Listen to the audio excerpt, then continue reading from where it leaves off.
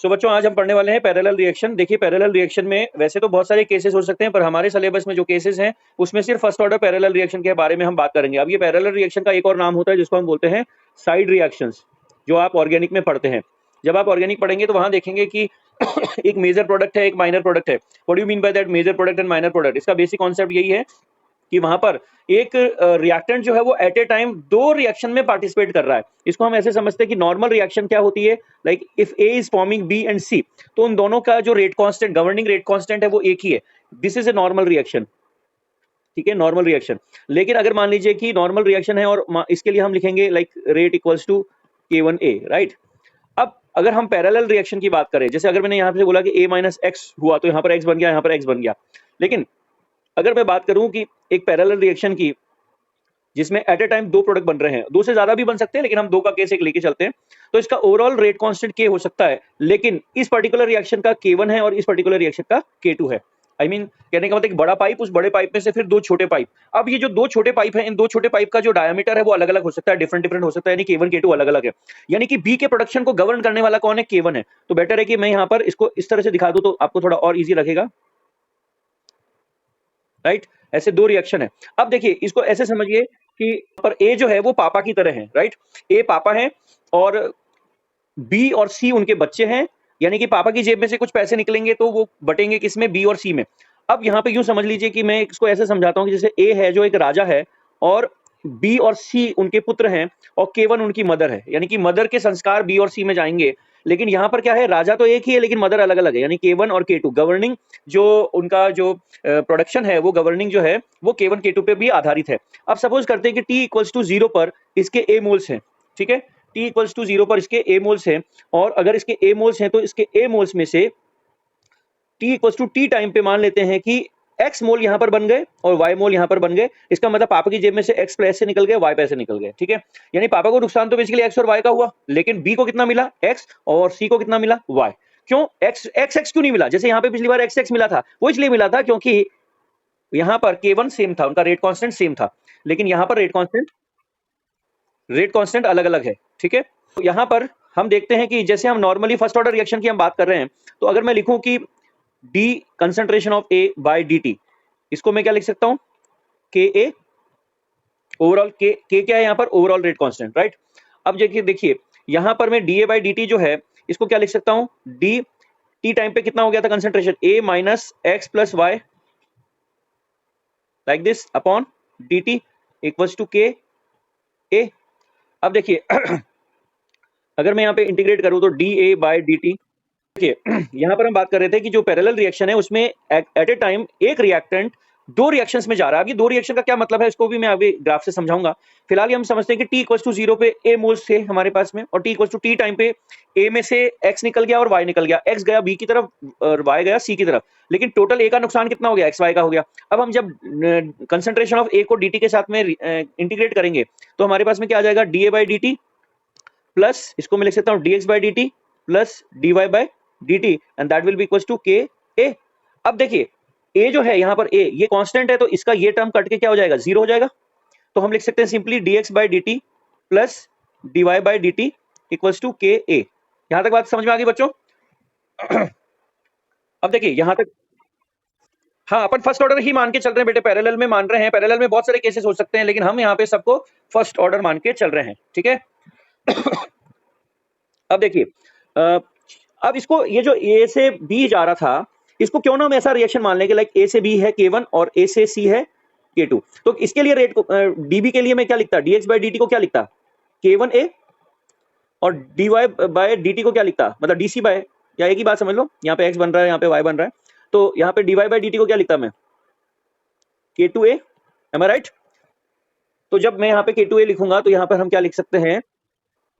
तो यहाँ पर अब देखिए इस इक्वेशन में इसको और इसको पुट कर दूं मैं, तो मैं लिख सकता हूं K1A plus K2A, and that is equals to Ka।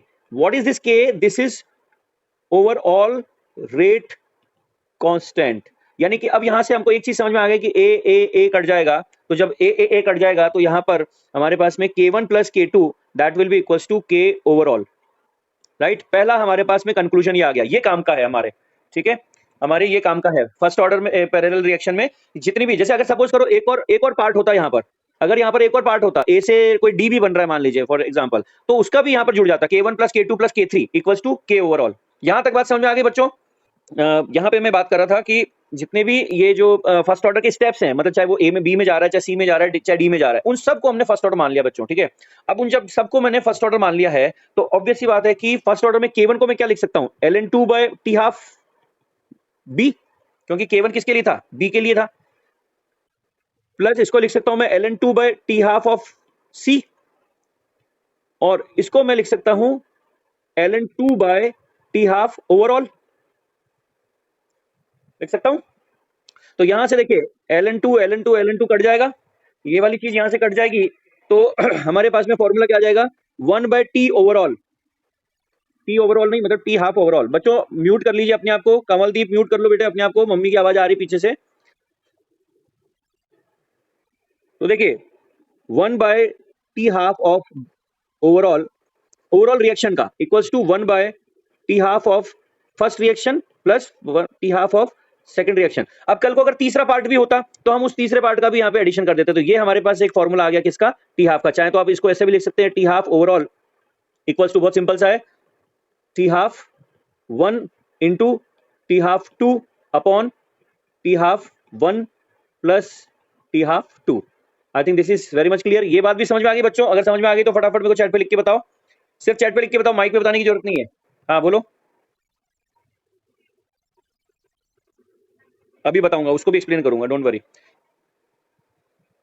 चलिए बच्चों यहां तक अब समझ में आ गई बात हमको कि टी हाफ जो, अब देखिए इसका लॉजिक समझिए कि ए जो है, ए का टी हाफ हमें समझ में आता है, ओवरऑल रिएक्शन का टी हाफ बोलने का मतलब है कि ए जब आधा हो जाए, राइट, ए जब आधा हो जाए।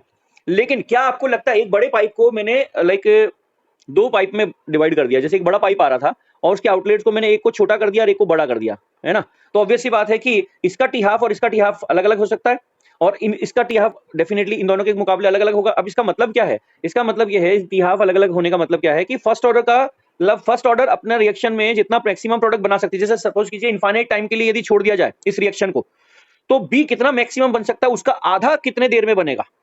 सपोज कीजिए पापा की पूरी जायदाद है 100 करोड़ की, और 100 करोड़ का अगर मान लीजिए कंप्लीटली जब पापा नहीं रहे तो कंप्लीट जो डिवीजन होगा मान लीजिए वो 70-30 में होगा। सपोज कीजिए कि वो कितने में होने वाला है, 70-30 में होने वाला है, ठीक है। तो जिस टाइम पे 70-30 में होने वाला है, इसको एक मिनट, जिस टाइम पे 70-30 में होने वाला है, ये तो तब होने वाला है जब इनफाइनाइट टाइम के लिए छोड़ दिया हमने। लेकिन सपोज कीजिए कि हम टी हाफ से क्या मतलब है, फर्स्ट रिएक्शन का टी हाफ का मतलब है कि जब ये 35 बन जाए और जब ये 15 बन जाए, तो डू यू थिंक कि ये 35 और 15 प्रोपोर्शनेटली बन रहे होंगे एट ए टाइम हमेशा? तो इसीलिए इनका टी हाफ अलग अलग होगा। लेकिन फर्स्ट इसके ए के टी हाफ का क्या मतलब है, जब इसकी जो है वो 50 करोड़ रह जाए, यानी 100 के जब 50 करोड़ रह जाए तो वो ए का टी हाफ है, और जब मान लीजिए बी का जितना बनना है उसका आधा जब बन जाए, जितना बनना मैक्सिमम है उतना आधा जब बन जाए तो वो बी का टी हाफ है, ठीक है। बी का टी हाफ मतलब यानी फर्स्ट रिएक्शन का फर्स्ट स्टेप का टी हाफ, यानी इस वाले रिएक्शन की टी हाफ की बात कर रहा हूं मैं, इस वाले स्टेप के टी हाफ की। जैसे आप ये सोचिए ना कि अगर दो रिएक्शन होती, जैसे ये दो रिएक्शन मैंने यहाँ पे लिखी, तो क्या मैं इस रिएक्शन के लिए टी हाफ की बात नहीं करता? क्या मैं इस रिएक्शन के लिए टी हाफ की बात नहीं करता? बिल्कुल करता। तो इन दोनों रिएक्शन का टी हाफ इंडिविजुअली अलग अलग होगा, लेकिन ओवरऑल रिएक्शन का टी हाफ अलग होगा। तो उसका हमने एक फॉर्मूला निकाल लिया। तो हमारे पास में देखिए दो फॉर्मूले अब तक आ गए, एक तो कि ओवरऑल रेट कांस्टेंट क्या होगा और ओवरऑल टी हाफ क्या होगा। ये दोनों फॉर्मूले समझ में आ गए बच्चों। पैरेलल रिएक्शन पे कई बार सवाल दे दिया जाता है कि एक रिएक्शन है उसका टी हाफ एक का 10 मिनट है, एक का 5 मिनट है, तो बताइए कि ओवरऑल टी हाफ क्या होगा। तो सीधा सीधा क्या करना है, 10 into 5 by 10 plus 5, that's it, ठीक है। तो 50/15 उसका ओवरऑल टी हाफ हो जाएगा। चलिए अब हम बात करते हैं ओवरऑल एक्टिवेशन एनर्जी। तो देखिए पैरेलल रिएक्शन और नॉर्मल रिएक्शन में एक अंतर समझते हैं। एक नॉर्मल रिएक्शन में कोई इस तरह का ग्राफ हो सकता है, सपोज कीजिए कोई एंडोथर्मिक रिएक्शन है, तो इस तरह का ग्राफ हो सकता है कि रिएक्टेंट है और वो प्रोडक्ट में कन्वर्ट हो रहा है और ये उसकी एक्टिवेशन एनर्जी है, दिस इज एक्टिवेशन एनर्जी। लेकिन ये तो हो गई नॉर्मल रिएक्शन, है ना, यहाँ पे एनर्जी वर्सेस रिएक्शन कोऑर्डिनेट्स हम लेते हैं। लेकिन सपोज कीजिए कि अगर यही ये तो है नॉर्मल रिएक्शन के लिए, लेकिन अगर इसी चीज को हम लेते हैं पैरेलल रिएक्शन के लिए, तो इसका ग्राफ कैसा बनेगा, एनर्जी डायग्राम कैसा बनेगा, वो जरा समझिए। Now what do you mean bye, reactant एक ही था बट उसके रास्ते ही दो अलग अलग थे, उसके दो रास्ते थे। एक रास्ते से वो गया बी में, ये उसकी एक्टिवेशन एनर्जी ऑफ बी हो गई, और एक रास्ते से वो गया सी में, वो हो गई एनर्जी ऑफ एक्टिवेशन फॉर सी। अब मेरे ख्याल से आपको बात समझ में आ रही होगी कि दोनों का पाथ ही अलग अलग है, बिल्कुल, है ना, एंटायरली पाथ ही अलग अलग है। तो हम ये कह सकते हैं रिएक्शन कोऑर्डिनेट्स वर्सेस एनर्जी का ये ग्राफ है, और बच्चों यहाँ पर ये हो गया हमारे पैरेलल रिएक्शन के लिए। अब जैसा कि हम समझ पा रहे हैं कि बी में जाने के लिए एक्टिवेशन एनर्जी अलग है और ए में जाने के लिए एक्टिवेशन एनर्जी, सी में जाने के लिए एक्टिवेशन एनर्जी अलग है, लेकिन ओवरऑल एक्टिवेशन एनर्जी तो अलग होगी ना। मतलब एक रिएक्शन के लिए एक्टिवेशन एनर्जी E1 है, दूसरी रिएक्शन के लिए E2 है ना। इसको 1 मान लेते हैं, 2 मान लेते हैं, यहाँ पे मान लेते हैं इसको 1 है और ये इसको 2 मान लेते हैं। यहाँ पे थोड़ा सा नीटली लिख लेते हैं, हम इसको मान लेते हैं 2। लेकिन मैं ये कह रहा हूं कि जो ओवरऑल रिएक्शन है उसके लिए तो रेट ओवरऑल एक्टिवेशन एनर्जी अलग होगी। तो देखिए उसको कैसे निकालेंगे, तो हम यहाँ पे तीसरा पॉइंट निकालते हैं, ओवरऑल एक्टिवेशन। इस पे भी सवाल आ जाता है, activation energy, overall activation energy. अब देखिए ओवरऑल एक्टिवेशन एनर्जी के लिए अभी अपने एक फॉर्मूला निकाला था, के overall equals to K1 plus K2, ये निकाला था। अब जरा के ओवरऑल को अरेनियस इक्वेशन याद करो बच्चों, तो अरेनियस इक्वेशन के हिसाब से हमने यहाँ पे क्या लिखा था, ए।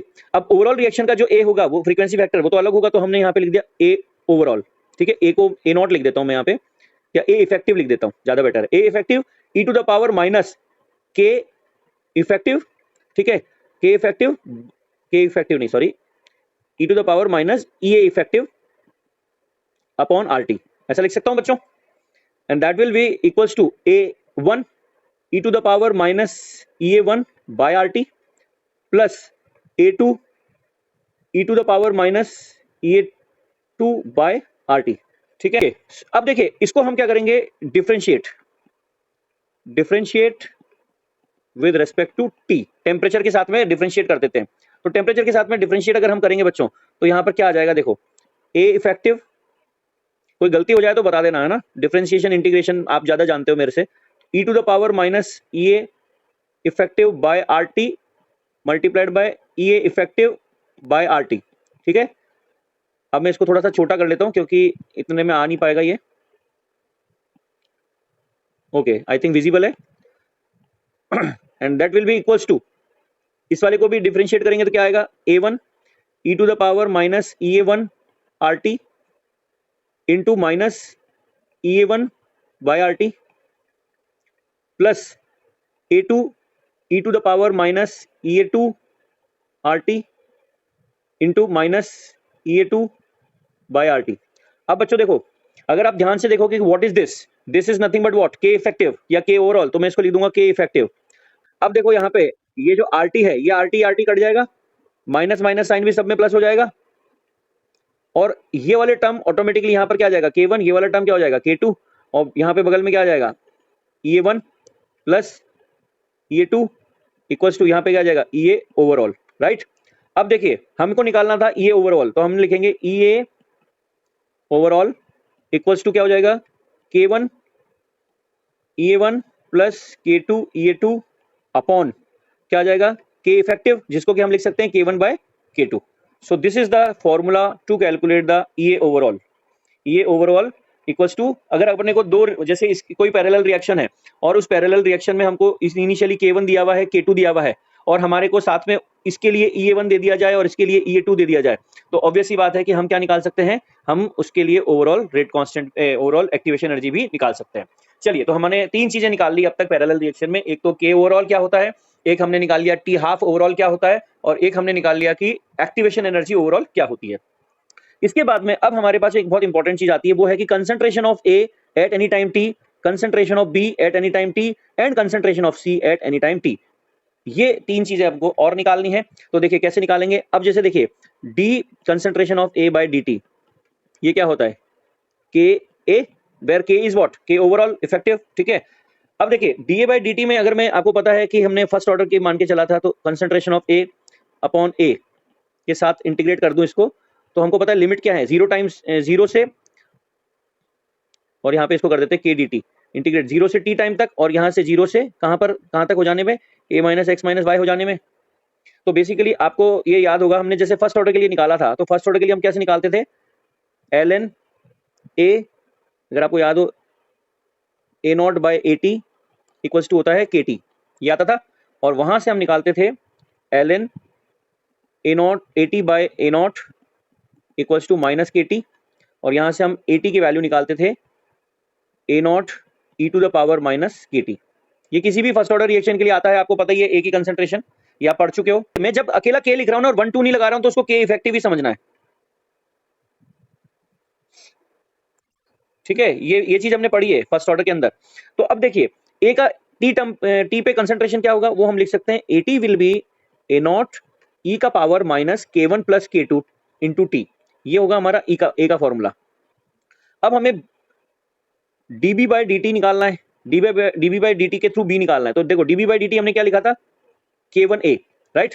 अब अपन सिंपली क्या करेंगे इसमें, DB by D T equals to के वन ए की जगह हम पुट कर देंगे A not E to the power minus के वन प्लस के टू टी, और इसका कर देंगे बच्चों इंटीग्रेशन, टी को उधर ले जाएंगे तो हम लिख सकते हैं इसको डीबी इक्वल्स टू के one a not E to the power minus के वन प्लस के two into t d T.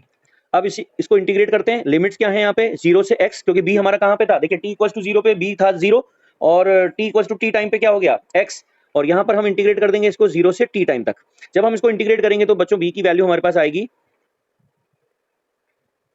k1 a not, यहाँ से k1 प्लस k2, और इसको सॉल्व जब हम करेंगे तो यहाँ पर हमारे पास आएगा 1 minus e to the power minus k1 plus k2 का पावर, और यहाँ साथ में t। This will be our b। आई थिंक इसमें कोई दिक्कत नहीं होगी क्योंकि आप इंटीग्रेशन जानते हो। तो यहाँ पे हमने कुछ भी नहीं किया, सिंपली क्या किया है, लिमिट 0 से x और 0 से t, उसके लिए हमने इसको इंटीग्रेट कर दिया। तो इंटीग्रेट करने पर हमारे पास b की वैल्यू आ गई, और ये b की वैल्यू है t टाइम पर, यानी कि t टाइम पर b की वैल्यू विल बी दिस। अब इसी तरह से अगर हमसे बोला जाए कि c निकालना है तो हम क्या बोलेंगे, dc बाई dt, लिखा था ना हमने, this is dy by dt is nothing but dc by dt concentration, और वही चीज यहाँ पे हमने लिखी थी dx by dt that is equals to db by dt। तो वो dc बाई dt को हम क्या लिख सकते हैं, dc by dt equals to यहाँ पर आ जाएगा k2 और a, यानी कि अब सब कुछ सेम है, खाली बस k2 आ गया, k1 की जगह k2 आ गया। तो इसको भी सेम उसी प्रोसेस से जैसे भी हमने b को कैलकुलेट किया, वैसे जब हम इसको कैलकुलेट करेंगे तो हम लिख सकते हैं dc equals to k2, a की जगह हमने लिख दिया a naught E to the power minus k1 plus k2 into t and multiplied by dt, और इसको इंटीग्रेट कर दिया 0 से y, और इसको इंटीग्रेट कर दिया हमने 0 से t, ये दोनों तो कांस्टेंट इसलिए बाहर रख दिए मैंने पहले। तो यहाँ से सेम इसको इंटीग्रेट करने पर हमारे पास वैल्यू आएगी k2a, यानी ऊपर वाले b के फॉर्मूले में अगर आप देखो तो यहाँ k1 की जगह खाली बस यहाँ k2 हो गया, k1 प्लस k2 और ब्रैकेट में 1 minus e to the power minus k1 plus k2 और t। अब बच्चों मैं यहाँ पर आपको एक क्वेश्चन कराना चाहता हूँ जो अपनी शीट का क्वेश्चन है। अगर आप शीट के क्वेश्चन में देखोगे तो शीट का एक क्वेश्चन है first order sorry parallel sequential का एक क्वेश्चन है कि A is giving B and A is giving C और K1 और K2, ठीक है। और यहाँ पे हमको दिया हुआ है K1 is to K2 का रेशियो दिया हुआ है हमको, K1 is to इसका वो दिया हुआ है 1 is to 10, क्या दिया हुआ है हमको 1 is to 10, और K1 हमको दिया हुआ है x पर आवर, ठीक है। x पर आवर देने का मतलब है फर्स्ट ऑर्डर है, तो आप फर्स्ट ऑर्डर वाले फॉर्मूले लगा सकते हो। और इसने क्या पूछा है बच्चों कि calculate the ratio of C versus A at after 1 hour, यानी कि टाइम 1 घंटे के बाद। तो देखो बहुत सिंपल सा सवाल है, देखने में बहुत टफ लगता है, लेकिन अब जब हम चीजें जान चुके हैं, समझ चुके हैं, तो यहाँ पे हमें सिर्फ एक काम करना है। सी का फॉर्मूला क्या लगाया मैंने, k2a upon k1 plus k2, 1 minus e to the power minus k1 plus k2 into t by क्या आ जाएगा a naught E to the power minus k1 plus k2 t. ये हो गया हमारा C और A, और इसको सॉल्व कर लेना है। सॉल्व करने के लिए देखो K1 K2 का रेशियो दिया हुआ है 1 और 10, तो मान लेते हैं कि K2 अगर 1 है, K2 अगर 10 है तो नीचे 1 प्लस 10 इक्वल्स टू क्या आ जाएगा 11, तो यहाँ जाएगा 10 बाय 11, और यहाँ देखिए ये जो A नॉट है, A नॉट से A नॉट कट गया, और ब्रैकेट में क्या आ गया देखो यहाँ पे 1 minus e to the power K1 और K2 कितना हो गया माइनस 11 t, राइट, और t कितना है 1 आवर है, तो t इंटू 1 गायब हो गया 1, और नीचे ब्रैकेट में कितना है e का पावर माइनस 11। अब ये ऊपर चला जाएगा तो क्या हो जाएगा 10 बाय 11, 1 माइनस ई का पावर माइनस 11 इंटू ई का पावर 11, ठीक है। अब इसको सॉल्व करेंगे तो ये आ जाएगा 10 बाय 11, अंदर ये गया तो ई का पावर 11 माइनस ये प्लस माइनस कट के ई का पावर 1 मतलब 0 हो जाएगा, तो ई का पावर 0 मतलब 1 होता है। तो ये हमारा आंसर आ गया। तो देखा बच्चों आपने कितना मतलब सिंपल सवाल था, सिर्फ फॉर्मूला बेस्ड। अगर हमें इसका फॉर्मूला याद है या फॉर्मूला हमको डिराइव करना आता है तो हम बड़ी आसानी से इसको कर सकते हैं। तो बच्चों ये बताओ कि पैरेलल आपको समझ में आया, ये कंप्लीट हो गया पैरेलल। अब आप पैरेलल के सवाल कर सकते हो बड़ी आसानी से।